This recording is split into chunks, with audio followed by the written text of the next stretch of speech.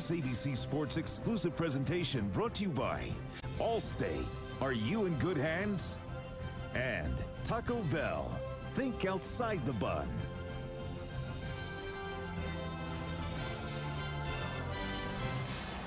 Spectacular night in the Valley. Sun Devil Stadium has never looked better. Temperature 60 degrees. Ohio State comes out for its second offensive possession. In the first one, Craig Krenzel had the matchup he wanted and just underthrew it for an interception. His first interception in 69 attempts. Well, Jim Tressel, like his compadre across the field, Bill Snyder, also calls his own plays. And right now, little adjustment, expecting to see more four-man rush, drop seven, seeing some pressure. And now with Michael Jenkins and Santonio Holmes, who has had a spectacular second half of the season, becomes more of a threat deep down the field. Problem down on the field, issues with the game clock. The other thing that you would think Ohio State has to adjust is the way they're handling Andrew Scholl, or not handling yeah. because he's been all over the field. In their first offensive possession, he almost had a sack. Chase Krenzel and forced him to throw it away. Then he knocked down a pass.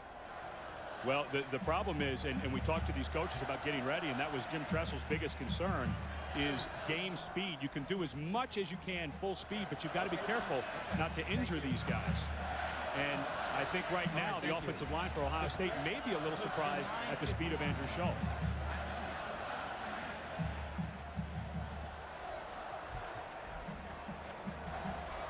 So while they get the game clock squared away, you know, this offense has been adjusted. So the game clock seconds is the time.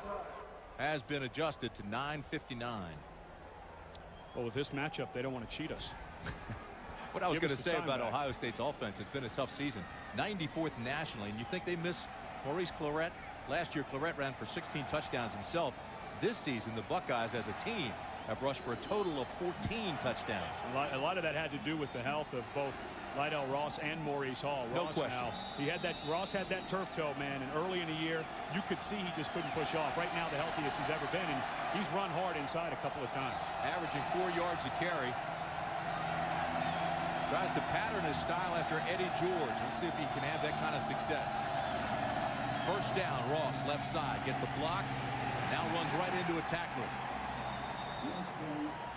Rashad Washington, the safety, came up and made the first hit. He had a lot of help. Well, let's look at Ohio State versus Kansas State numerically. Ohio State is not exactly torn it up. You mentioned the struggles they had running the ball. They've had a little bit of success throwing it, but 331.8 yards per game. They kind of play takeaway. Defensively, Kansas State got better and better and better, fourth in the country in scoring. And during the stretch, the 7-game stretch that they went on and won all of those ball games, they were under 10 points per game allowed. Somehow Ohio State always seems to get it done, and they are best in close games. Here's a little screen. They throw underneath. Ross is out close to a first down. He'll be 2 yards short. Josh Buell tracked him down. He's the leading tackler for Kansas State. Big 12's leading tackler. Averages 12 a game.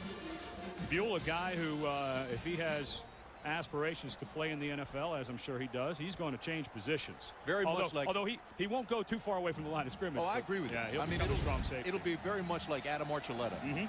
Or Darren Woodson, who played here at Arizona State and went to the Dallas Cowboys, was a linebacker here and now probably a Hall of Famer at safety. You know, he's listed at 210. I bet you he's not 195.